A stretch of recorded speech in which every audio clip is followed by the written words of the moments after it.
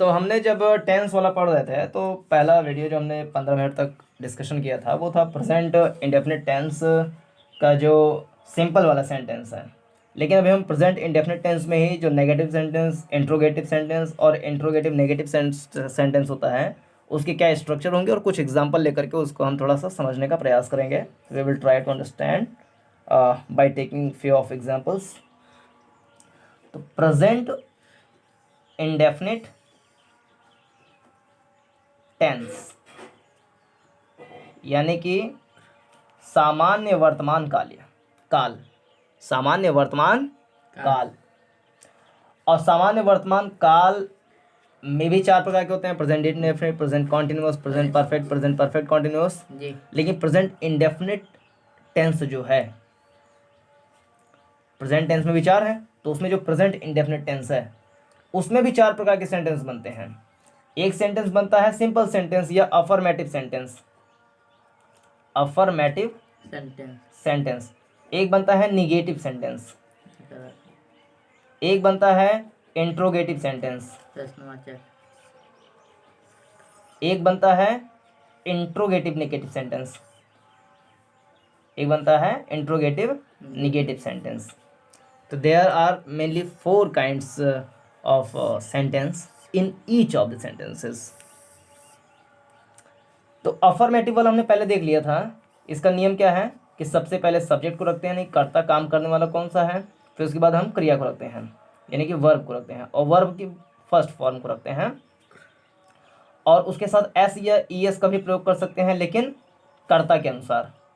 कर्ता अगर सिंगुलर है तो हम एस या ई एस का प्रयोग कर देते हैं। अगर कर्ता प्लूरल है तो केवल वर्ब की फर्स्ट फॉर्म लगा करके काम चला लेते हैं। उसके बाद other part of the sentences यानी कि ओपी या ऑब्जेक्ट बोल लेते हैं कुछ लोग, और लास्ट में फुल स्टॉप लगा देते हैं, तो अफर्मेटिव सेंटेंस हो जाता है ऐसे में। दूसरा होता है नेगेटिव सेंटेंस। नेगेटिव सेंटेंस का स्ट्रक्चर कैसे बनता है, सबसे पहले हम लिखते हैं सब्जेक्ट कर्ता, उसके बाद डू नॉट या डज नॉट, डू या डज लगाते हैं, उसके बाद नॉट लगाते हैं। जिस सेंटेंस में भी नॉट लग जाता है वो नेगेटिव सेंटेंस होता है, नकारात्मक वाक्य होता है। तो सब्जेक्ट प्लस डू या डज प्लस नॉट और प्लस वर्ब की फर्स्ट फॉर्म, उसके बाद अपना ऑब्जेक्ट या बोले other part of the sentences, and in last या एट लास्ट फुल स्टॉप। तो यह स्ट्रक्चर किसका, नेगेटिव सेंटेंस का। डज नॉट किसके साथ लगेगा, अगर कोई सब्जेक्ट अगर सिंगुलर है यानी एक वचन क्रिया है, सिंगुलर नाउन है, तो लगेगा डज नॉट। अगर प्लूरल नाउन है तो लगेगा डू नॉट, यानी कि प्लूरल के साथ लगेगा डू नॉट। अब प्लूरल में क्या आता है मुख्य रूप से, जैसे दे, यू, आई, वी, या कोई बहुवचन करता है तो प्लूरल।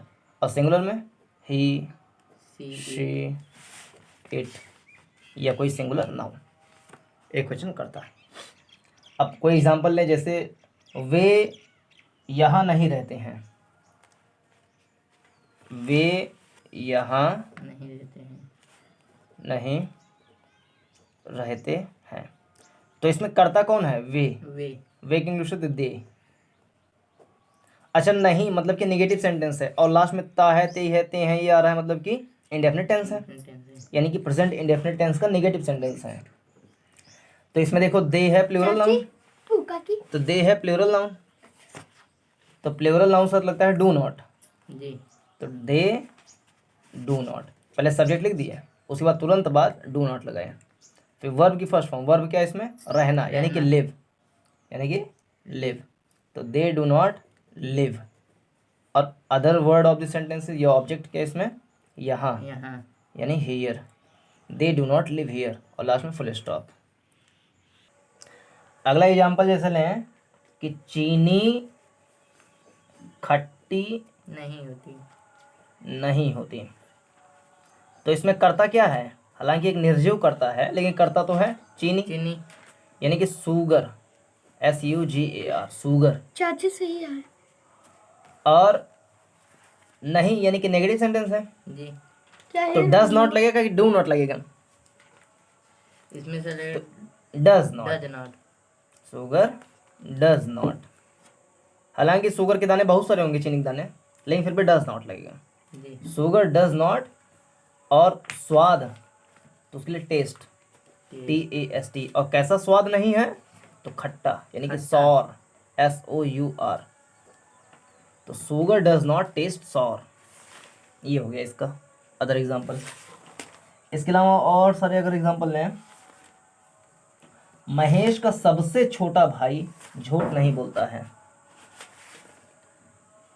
महेश का सबसे छोटा भाई झूठ नहीं बोलता है। तो इसमें करता क्या है? महेश। महेश। तो लिखेंगे MAHESH, महेश। नहीं, महेश का सबसे छोटा भाई करता ये है, केवल महेश नहीं, महेश का सबसे छोटा भाई ये है करता। तो महेश ऐसे लिखेंगे, महेश एपोस्ट्रॉफी, पंक्चुएशन वाले चैप्टर में बताए थे एपोस्ट्रॉफी, जब संबंध कारक हम दिखाते हैं, जैसे महेश का सबसे छोटा भाई संबंध कारक है। तो Mahesh youngest brother, YOUNGEST, youngest brother, BROTHER। तो Mahesh youngest brother does not, क्योंकि एक वचन क्रिया करता है जी। तो डज नॉट। और झूठ नहीं बोलने की इंग्लिश होती है tell a lie. Tell a lie. तो Mahesh youngest brother does not tell a lie.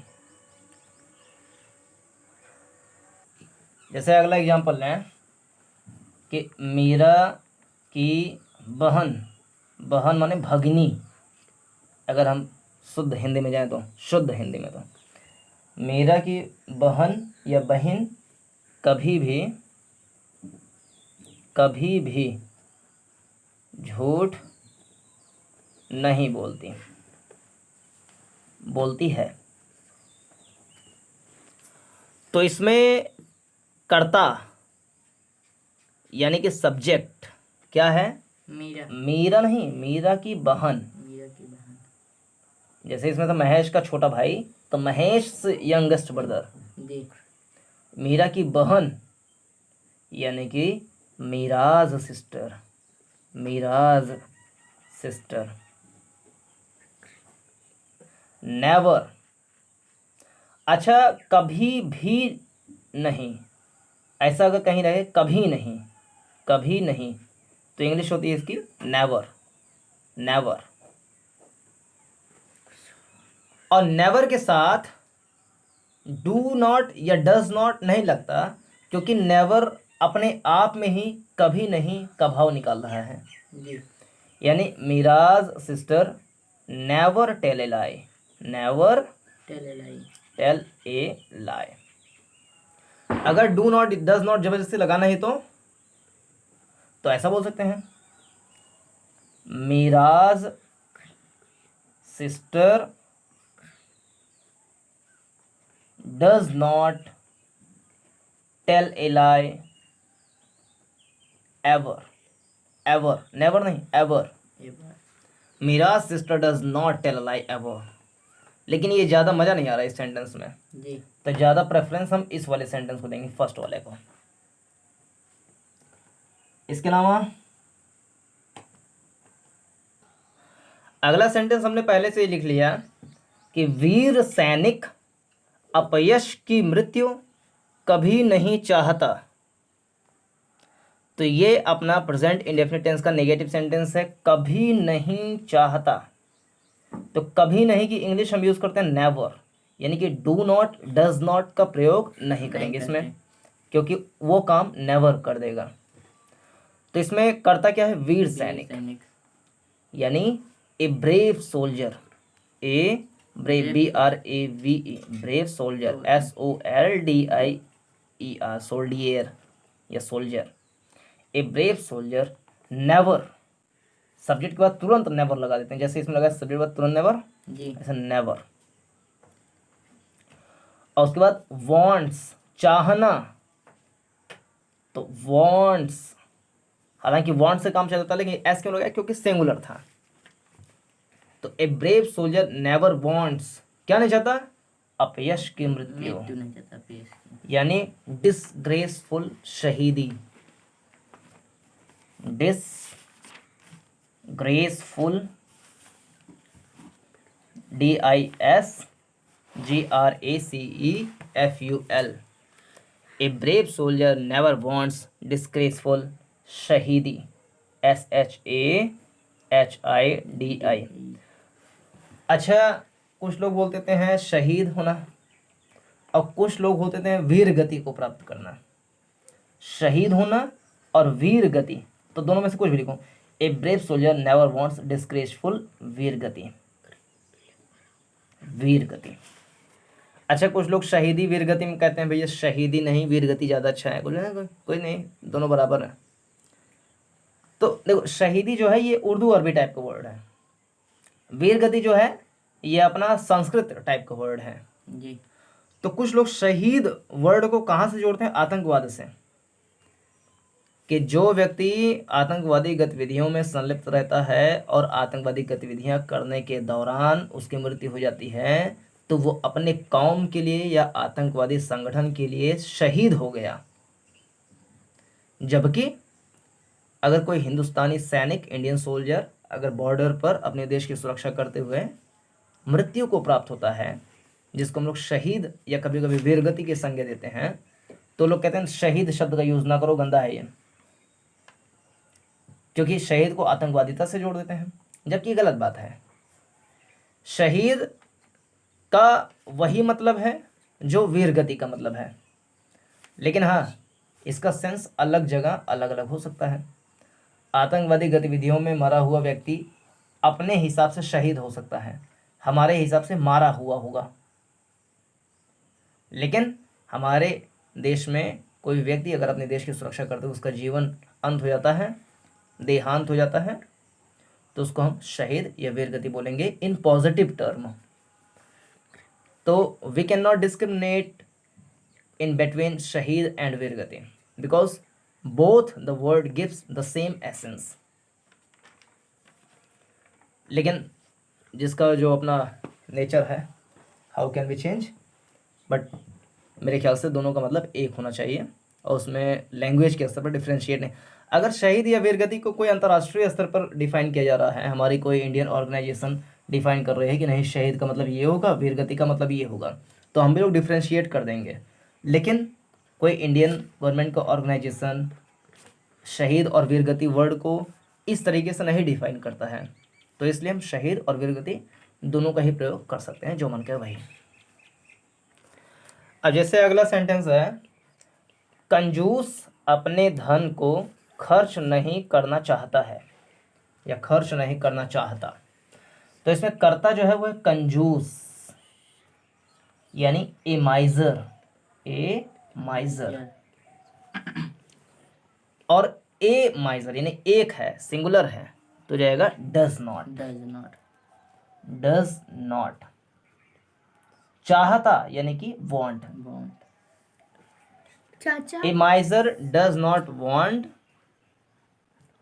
To spend, SPEND, spend his money, his money, money. Full stop. तो प्रेजेंट इंडेफिनिट टेंस के नेगेटिव सेंटेंस में इतना ही चीज़ है, लेकिन और भी बहुत सारे कुछ एग्जांपल हैं, उसको अगले वाले सेशन में देख लेंगे नेगेटिव सेंटेंस के ही। तो टेंस वाला जो है बहुत सारा लेक्चर बनेगा, इसमें कम से कम 20-30 लेक्चर बनेंगे, लेकिन धीरे धीरे करके सारा टेंस हम कंप्लीट कर लेंगे और अंग्रेजी में थोड़ी थोड़ी पकड़ अपने बना लेंगे। तो टेंस के सारे वीडियोस प्राप्त करने के लिए चैनल को सब्सक्राइब कर लीजिए, वीडियो को लाइक करके शेयर कीजिए। Thanks for watching till the end. नमस्कार।